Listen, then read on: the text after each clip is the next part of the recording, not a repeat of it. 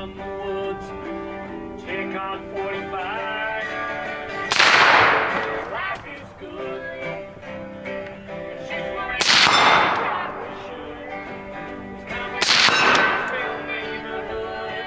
In the life is good. So we're shooting down in the woods. You probably wouldn't really good. You wouldn't be good. Life is good.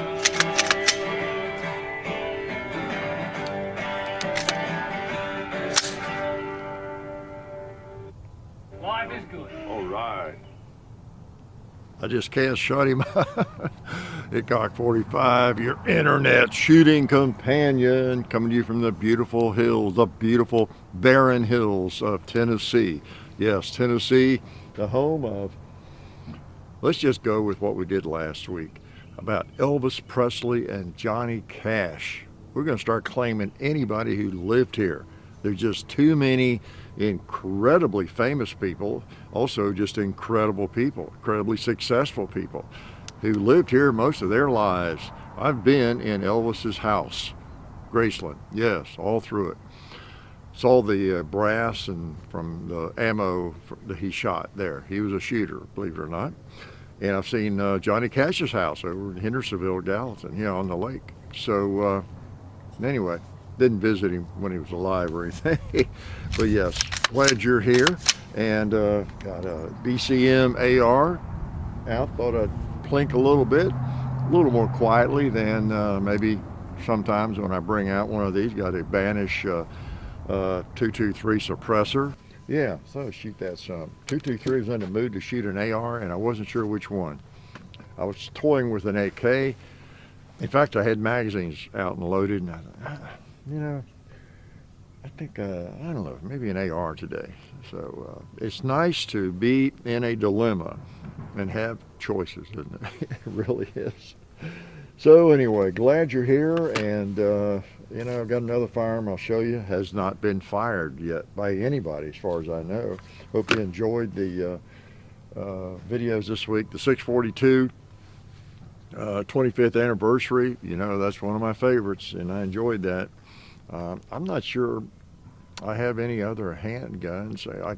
As I think just off the top of my head, going back, whatever, 40, 50 years. Of course, my Model 29, I've had 49 years. And, that little 642 has been in my pocket, in my possession, on me for so many years, 25. And maybe a Glock 23.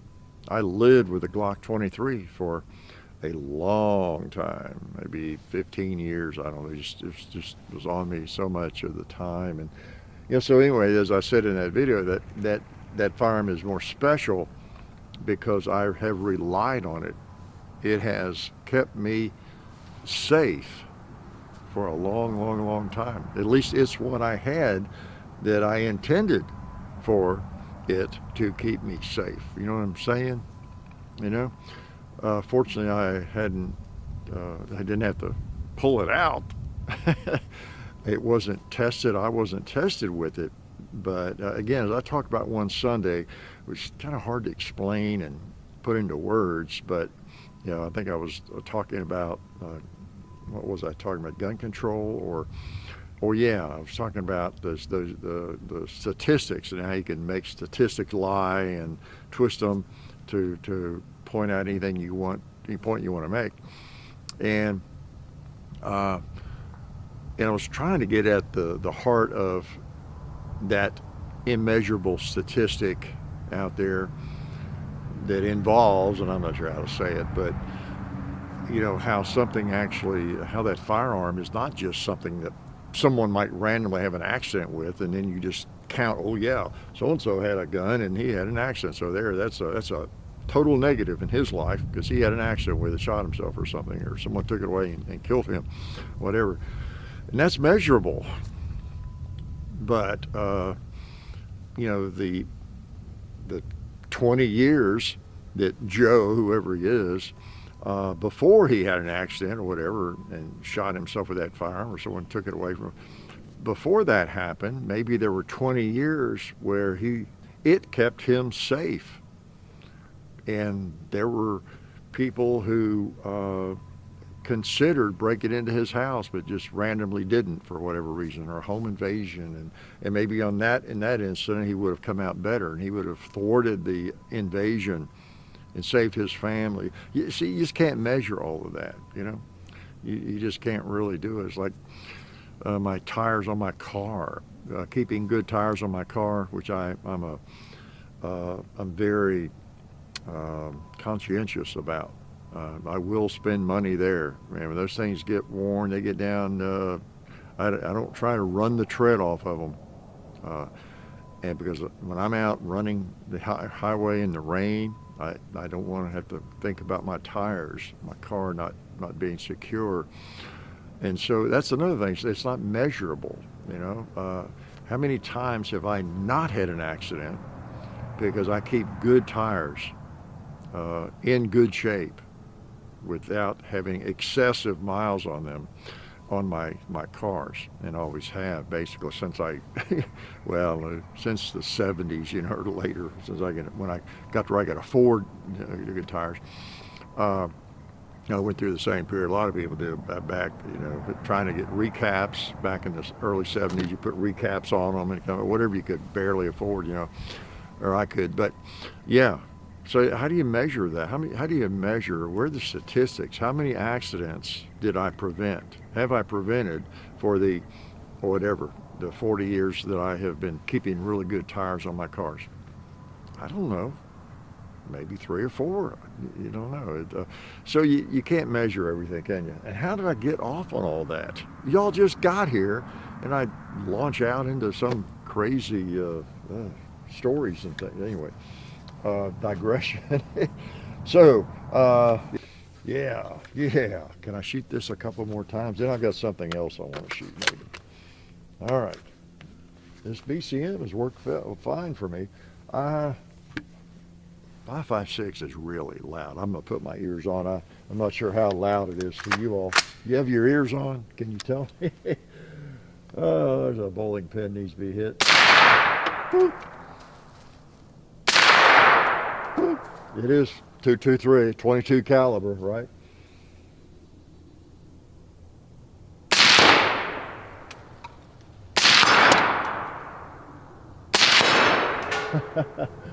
It's interesting. The steel hit is loud, isn't it, when it hits?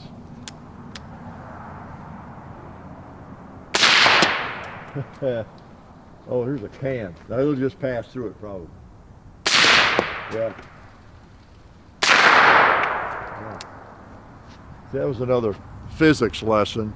I'm always bringing you a physics lesson. You see the can I shot there, by the 2 bowling pins hanging there. One of them's hanging. But I just shot that paint can. Now, let me verify that I hit it.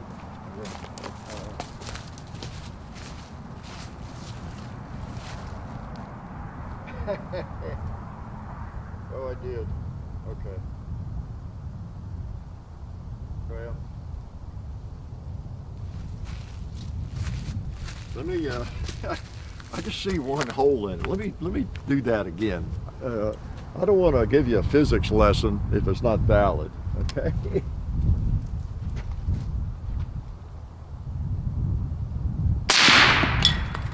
Okay. Well, I guess I lied. Maybe I didn't. I was holding, I guess, too low. It's that issue with your sight, rate, or your sight elevation in the barrel, the bore being so much below your sight. But I thought I was holding up enough on the can. But I guess I wasn't. So it didn't really matter because the can blew off anyway. But what will happen often, and I'm a little surprised it didn't happen there. I might have hit it high enough, but where the metal's thicker. But if you're shooting, quite often if you're shooting, that can is so light, I guess is part of the reason. But when you're shooting something that's easy for a bullet to pass through, again, no charge for this physics lesson, but it sometimes won't move. A can or anything, like you're shooting paper, it's not the bullet, unless you get muzzle blast like we get right here, so close. But if I had a paper target out there and shot it with this, the bullet's just going to pass through. You don't even know you hit the paper, right, visually. And that happens also with very thin metal quite often. I may have told you all years ago when I first got my AR-15. Gosh, Dad, Mom still had a 50-acre farm out in Dry Ridge, Kentucky on Warsaw Road. It wasn't the one we lived on. It was a different one they bought later when we moved back to town. And we'd go out there and shoot, and he'd garden and that kind of thing. But it was probably a month or two after I bought my first AR-15 in 83 or 84. Okay, the A2 you've seen. A1. A2, yeah, you've seen. And yeah, I'm confused about it, but the big musket one I have. And we had some steel targets. They were 1/4 inch thick. They're just regular metal, regular soft steel metal. Nothing special at all. This is back before you could even find AR-500, probably didn't even think about it. Some Dad had somebody make, or I took them to him, I don't know. Just cheap discs, and they had a big platform on them, big platform. And 1/4 inch thick, sounds thick, but it's not. They might have even been a little thinner than that, maybe not quite a quarter, I don't know, but they were metal, fairly heavy. Anyway, I hit 3 or 4 of those, set out in a row out there. And I hadn't shot an AR much. That was kind of early on for me. And I shot at those things, and someone else shot at them, and they weren't moving at all. And even then, at that time, I was dumb, or I was ignorant about it, really. I just couldn't believe I was missing. And I think I might have been suspicious that I was hitting them, and they were just going through. But I wasn't sure. I thought it would have moved them a little bit or whatever. So we walked out there, and of course all of us were hitting them, and they just weren't moving. It was just going through that soft steel. It wasn't thick. Now, if you get steel that's thicker, 3/8, 1/2 inch or something, even though it's regular mild steel, then it's gonna react and probably not go through. Just a pin, and it wouldn't be safe either if it's very close, because something's got to give, right? It drills into it, and that's why the targets over there on the range 2, where we shoot the little square tombstones and things, that's far enough away, whatever it is, 80, 90 yards, 100 yards. It won't go through those. Those are 1 inch thick. Now, I've been shooting those for about 30 years or more, but it doesn't go through them. It just bores in there, so I don't want to shoot those too close. I discovered, in fact, I had those on the main range when I first got them, like in the late 80s or whenever. And a friend of mine, he was a Vietnam vet. He was very familiar with the M16 and AR, and he shot it with my AR over there, and it probably at 40 to 50 yards away, and he got one back, piece of shrapnel, a jacket from one of those 223 rounds. It bored in, the bullets were going in, but they wouldn't go all the way through, and just drilling a hole, and then just the pressure, it came back, like 40, 50 yards back, and cut. He had a shirt, cut his the side. That didn't hurt him, but it just bled a little bit.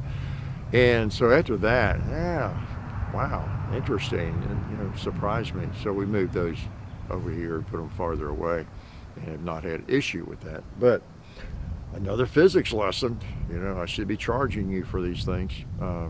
So anyway, it will surprise you sometimes you could be hitting something and you think you're missing, but you're just not moving it.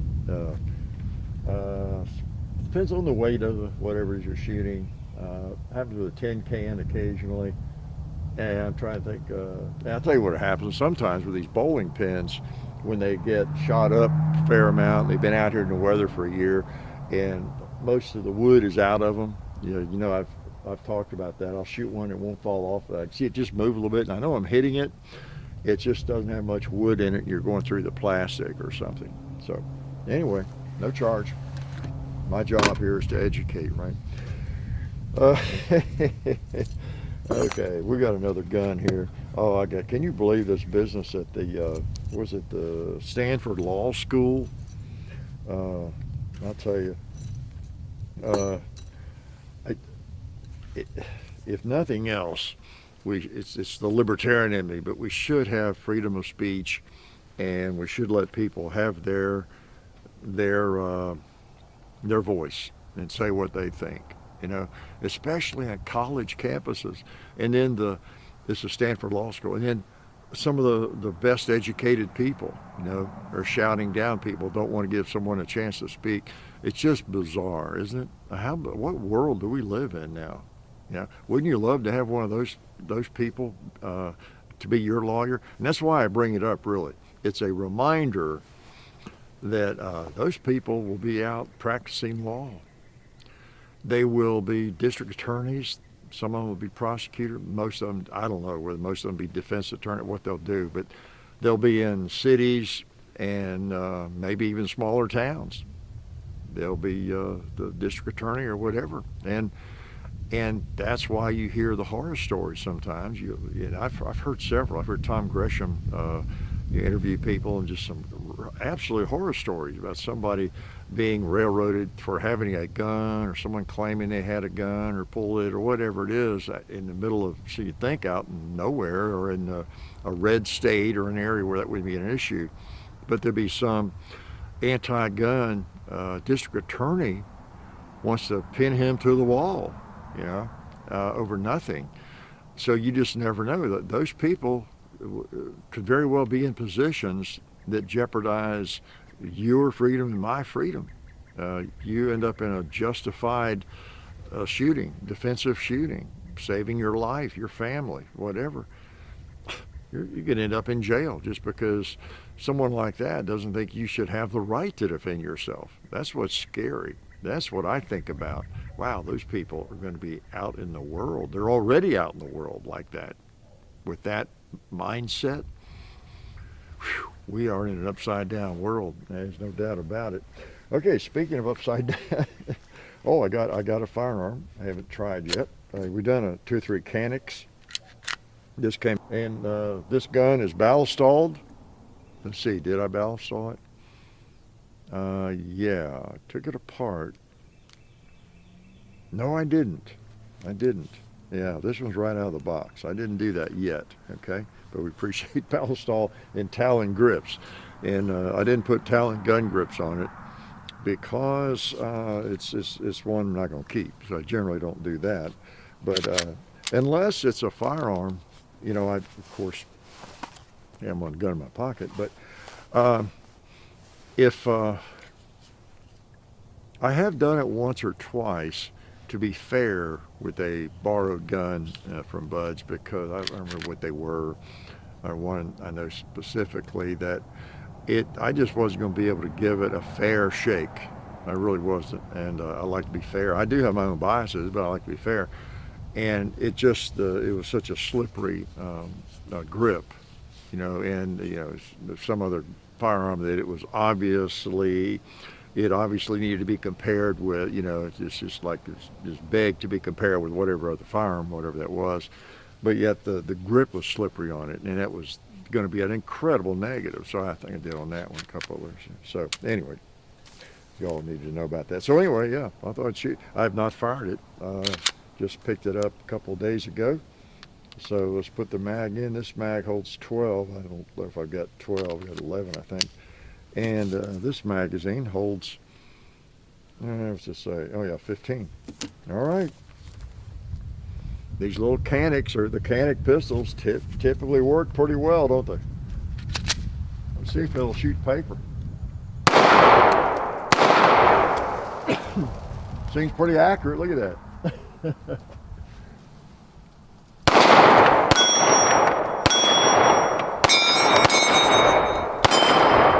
Hey, cowboy. You're a smooth shooter. Let's reach out a little bit, see if the sights are on.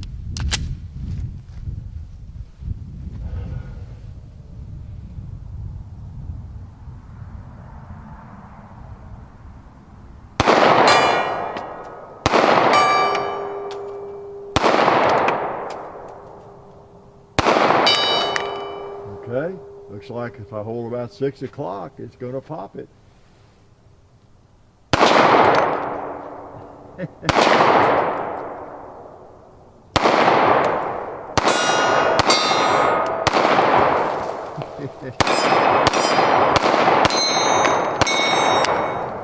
All right, seems like a good little shooter. Sights seem to be right on. Just got your plate for the optics and all that. I'll have to study it up some more. I'm not sure I knew a lot about it. I did weigh it. It weighs, it's a little bit of a chunk. It's 24 ounces, which is what a Glock 19 weighs. And I don't know, is that smaller than, that's more of a Glock 26 size, isn't it? I haven't compared or anything at all. Now the grip's more like a Glock 26 for sure. Slide seems a little longer, maybe not, but yeah, it's a little bit of a chunk. It appears to be thicker to me, quite a bit thicker maybe than like the 9mm Glocks or maybe some others. So we'll see. All right, whoa. So we'll do some comparison and I'll shoot some more. Feel pretty good. Yeah. Some of you might have one of these. I've got one of the older TP9s, and we've shot 2 or 3 of the Canik. Now this magazine makes it more like a Glock 19, 15, rounds, and it's got the grip on it, so it's pretty cool. Okay, a holster comes with it. A little holster, okay, belt holster. Interesting. All right. I'll shoot that some more and make sure I know a couple of things about it. I think it has reversible mag release. Got a pretty good feeling trigger. Not bad at all. I could argue it breaks a little further rearward than I like, but not like some pistols I've picked up. They're horrible in that regard. Yeah, nice break. Okay, so there you go. I forget, I think it's around 400 bucks, right? Cool. So those were the first shots. I hadn't fired it. And do you mind if I get my water? I knew it wouldn't be gone long. I don't know, have I ever brought something out here for the first shots and it just didn't work? I was trying to remember. Most of these polymer pistols, that's one reason I don't really care if whether it works or not. I'm not a lot of pressure, right? Sunday video or any video. But it is interesting. You typically, you could name them. You could throw an M&P at me. I've not tried, or another one of these, Ruger, whatever it might be. We might get to review. And when I think, well, I'll just wait and shoot it on Sunday, I just got it, and I'd bet if you would be willing to bet with me, I'd bet $100 that it's going to shoot. I'm not going to have a problem with it, right? You'd probably lose money if you bet with me, wouldn't you? Because they just typically work. It's not a big surprise. Biggest thing is, okay, are the sights, on how's the trigger and all that, just the initial shots and how's it feel, and again, I know people get tired of me making a big deal out of weight and thickness and size and all that kind of thing, but for me, the bar has been set for firearms. I mean, there are a lot of firearms. Well, I've got one in my pocket. Still. I think was it last week? I had the Glock 43X out. Actually, it was the other one. This is the one that really my carry gun, and I didn't have my hands on it. This is the one that I preferred. It has my night sights on it. I think I talked about it last week. And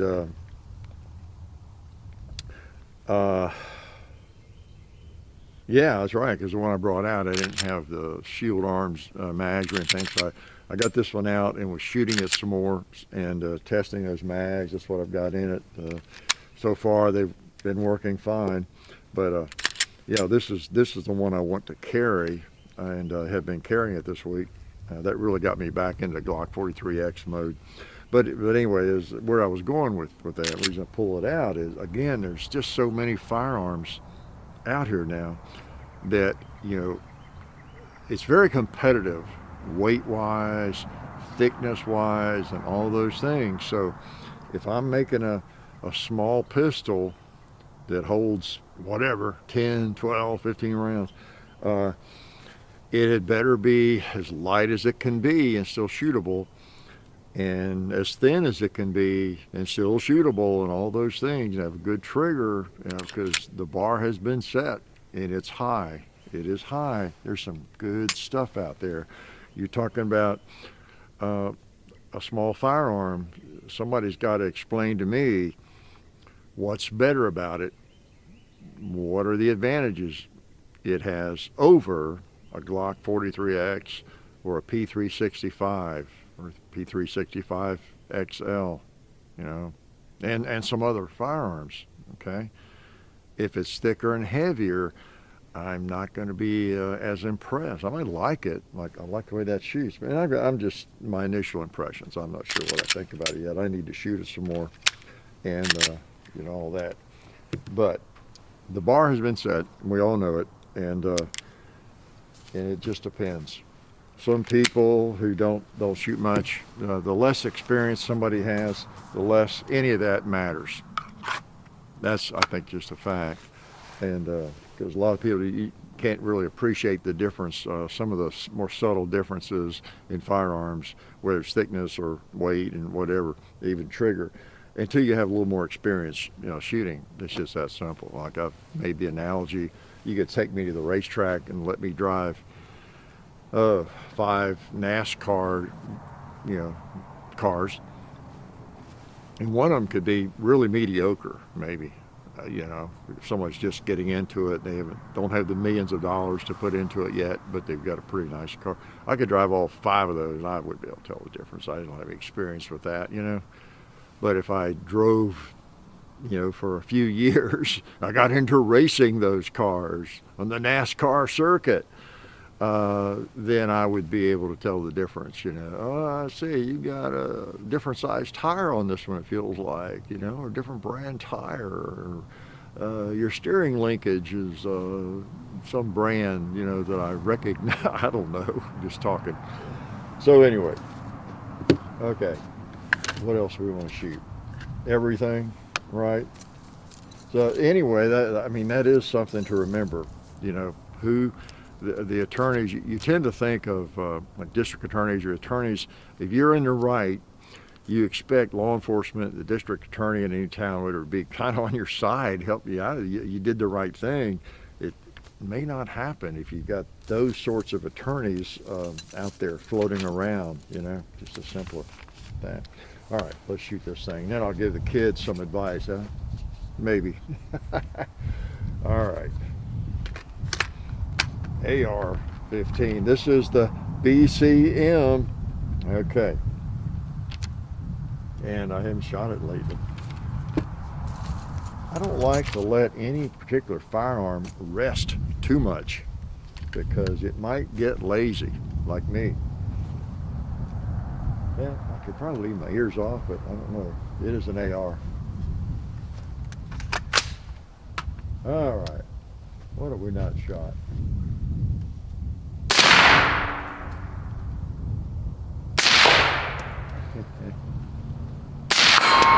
Pow. I'm going to take one shot without, I'll take one ear out. I just want to hear it. Okay. Not too bad, but it probably should have ears in. Boom. That's that red bowling pin sort of dangling there, isn't it? I probably can't do much with it. That thing is rotten too. So I could tell it's empty. That had the feel when you go on your last round. You know what I'm talking about. You can feel it, can't you? BCM. All right. Nice rifle. Got that from Tim, Military Arms. Ouch! Why is that hot? Copper Custom several years back. Sent that our way. Appreciate Tim, Military Arms Tim. nice, nice. So, anyway, that's a jewel. So, here else, advice. Do I have any advice for anybody? Gosh, who would want to hear my advice? Oh, don't forget again. Coming up in April, we have some shuffling of our sponsors picking up. With Silencer Central becoming a major sponsor, and Alabama Holster coming on board. Glad to have them. It's gonna be great. I talked about that last week. How neat it is when things you really like. Like I just happen to have one in my pocket. Most of the time. Well, actually all the time, whether it's Glock 43 or 642 or whatever it is. Anyway, my advice to young people is get old and get less ignorant as quickly as you can. Now, my advice is be a doer and not just a talker.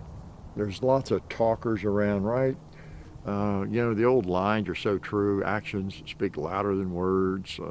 What's that other line? I can't hear what you're saying. Because, let's see. I can't hear what you're saying because your actions are speaking loud. I don't know how, what it is, something like that. And it's so true. All the endeavors I've been involved in my long life, it seems like there's always one person who is a little braggy. You ever notice that? I played sports and been in shooting competitions for a while, all sorts of things like that. And there's always that guy, isn't there? You all know what I'm talking about if you've been involved in it. And it just rattles on about his statistics and game and what he did and all that, And we all saw it, we all know whether he's any good or not. So, the bragging just really rubs you the wrong way, or just that yakking about it and pointing it out. And it's just interesting because quite often those are the people who have accomplished the least, the ones with the biggest mouths. Have you noticed that? Yeah. It used to be a common saying, go back to Roosevelt, walk softly and carry a big stick. And that was kind of the approach that my generation was taught. Let your actions do your talking. Walk softly, carry a big stick. Don't be a braggart and all that kind of thing, just like my dad and his generation. That's changed a lot. It seems like we have a flip-flop with a lot of big mouth people, don't we, braggarts. But, I still think the concept is valid. Just do your thing. People will know whether you are worthy or not, generally speaking. You do have to stand up for yourself. And sometimes, like building a resume and you're applying for a job, you do have to stand up and speak for yourself and all that. Within your company sometimes, and not be overlooked. Don't be a wallflower. All that's true too. But, oh my gosh, we've just gone overboard with all that. I'll tell you, just constantly yakking and patting ourselves on the back. And you see it, in the firearms community too, to some extent. People know generally what you're up to and what you're doing. It's hard to hide. I think on YouTube, even if there are a lot of people who do really slick videos, and of course, and highly edited and really cool stuff like that too. But then again, you usually get opportunities. There's so many podcasts and videos that are unedited and different. You get to know people. You kind of know us, don't you? And know you if you're doing videos. It's easy to kind of get a feel for what somebody's like. It's hard to hide. The point I'm making. It's hard to hide who you are. You can kind of see into somebody. It's like an actor that you've enjoyed their movies, but you've never met them. And I'm going back in time now. And then you see them on Johnny Carson or in an interview somewhere, and you just learn so much more about them, don't you? And what they're like. Even though that's acting too, maybe you don't learn what they're like, but at least you get a little bit closer. YouTube is kind of an extreme case of that because it is pretty laid back, and you get a feel for the people and who they really are. But I was going to say in the firearms world, you know, you have a little bit of that. There's a little bit of that virtue signaling, you know, even in the firearms world, you know, we see, and we need to be careful of that. I think, you know, just talking like I do, right? But like sometimes a person, I think, can get the impression that he or she is the ultimate Second Amendment warrior because he or she talks about it all the time, right? That doesn't necessarily make you more effective and a Second Amendment, the ultimate Second Amendment warrior, just because you're always talking Second Amendment to the choir generally, right? So we have to all of us be careful about not being bragging. That's not a braggart issue, but just doing versus talking, right? We need a balance of both, I guess, what I'm saying. So anyway, think about being a doer. Like I think it also spills over to social media in general. A lot of people these days, young people especially, maybe old people and everybody, we live our lives, as I point out all the time, too much probably on social media. You know, just our phone and, you know, worrying about 49 different posts we made and how many likes we're getting or whatever it is, you know. And, you know, to me, that's not doing. I guess to a lot of people it is. I'm old school. Doing is getting out into the real world and keeping that in your pocket, you know. And I do too much on there myself. We all do.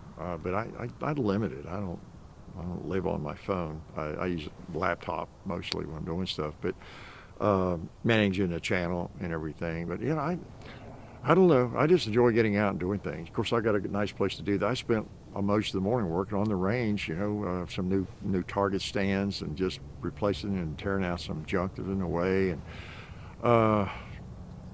you know, cutting some 2x4s, and that's what I mean by real world stuff. You know, not posting a new meme on Instagram, but I mean, I know that's doing something too. But anyway, try to get out in the real world. That's my advice. Get out in the real world, do something besides talk, and be a doer. Be a doer, and you got to be a thinker too. Got to be a talker too. But let's all try to be a doer. Okay, young people. But now, be careful what you do, though. You could do something that's illegal or is not productive, right? Okay, you want me to shoot something before you go? Let me load one more magazine in this this pistol. Do I have my? Yeah, I got my loader. In this little Canik. This is one of the most popular size firearms out there on the planet. Now I'll let you go. You know, a small firearm. It's where the world has gone in so many ways, hasn't it? It's amazing how big some firearms appear now, because there are so many compacts and subcompacts that we carry, and then micro compacts, right? And I'm part of it. I'm part of it. It's not because of a fashion thing, or I want to be with the cool kids. The cool kids. Speaking of cool mufflers, right? I want to. I have long been, as you know, attracted to small guns that shoot well, that I can shoot well. You know, if it's a small pistol, and that a lot of people might think, well, you can't do anything with that. You know, you're not really armed with that. But if you work with it and you can handle a small grip and actually shoot it reasonably well, to me that's always been, wow, what a plus that is, because that means you can be armed, well armed, with a much smaller handgun that you're more likely to have with you. Okay, so that's always been appealing to me, and I have actually worked to manage that and to build, I don't know what skill, or figure it out how I could shoot a Glock baby Glock, Glock 26 or 27 or a 642, a J-frame, those guns that the average person would think that I shouldn't even have in my hand, my large hands. But I've discovered I can shoot them okay, and they're so simple to have with you. So, but this is, I guess, a subcompact. That's what they call it, right?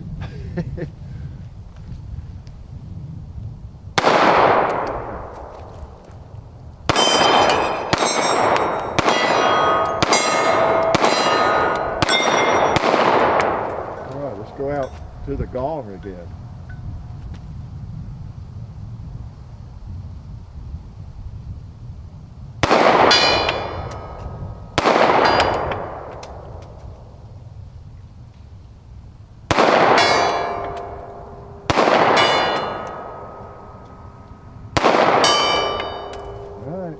So let's try the buffalo over there.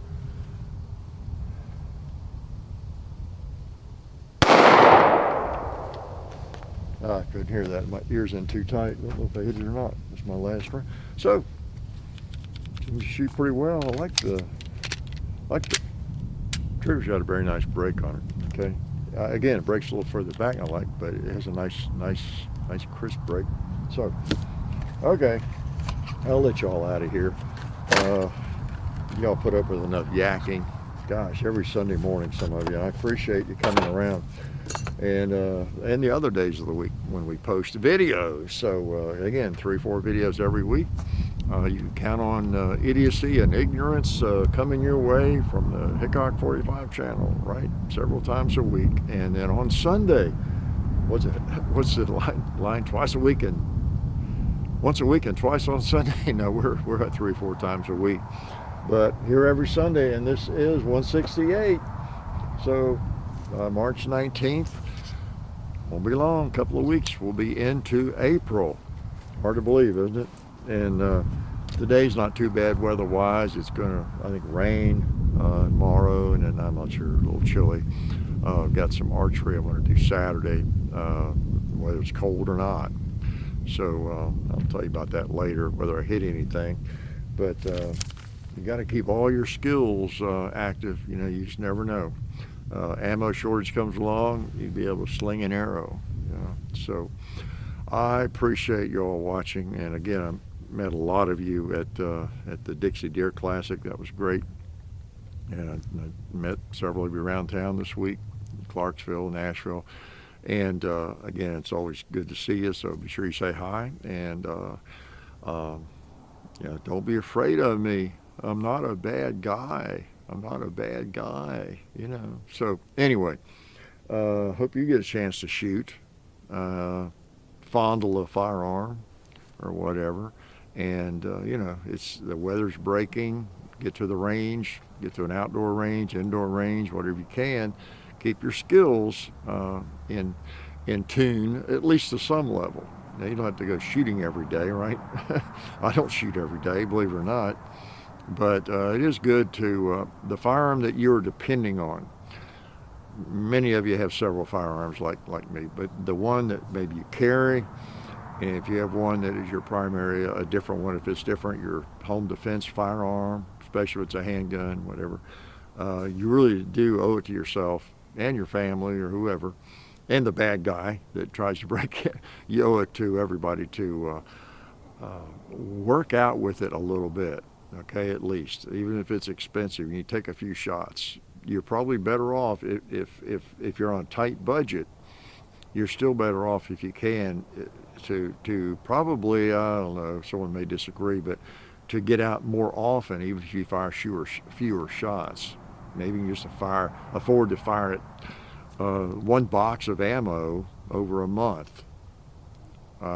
My thinking is you might be better off to break that up into 2 shooting sessions even. Of course, if you have to pay range fees and all that makes it different, I realize.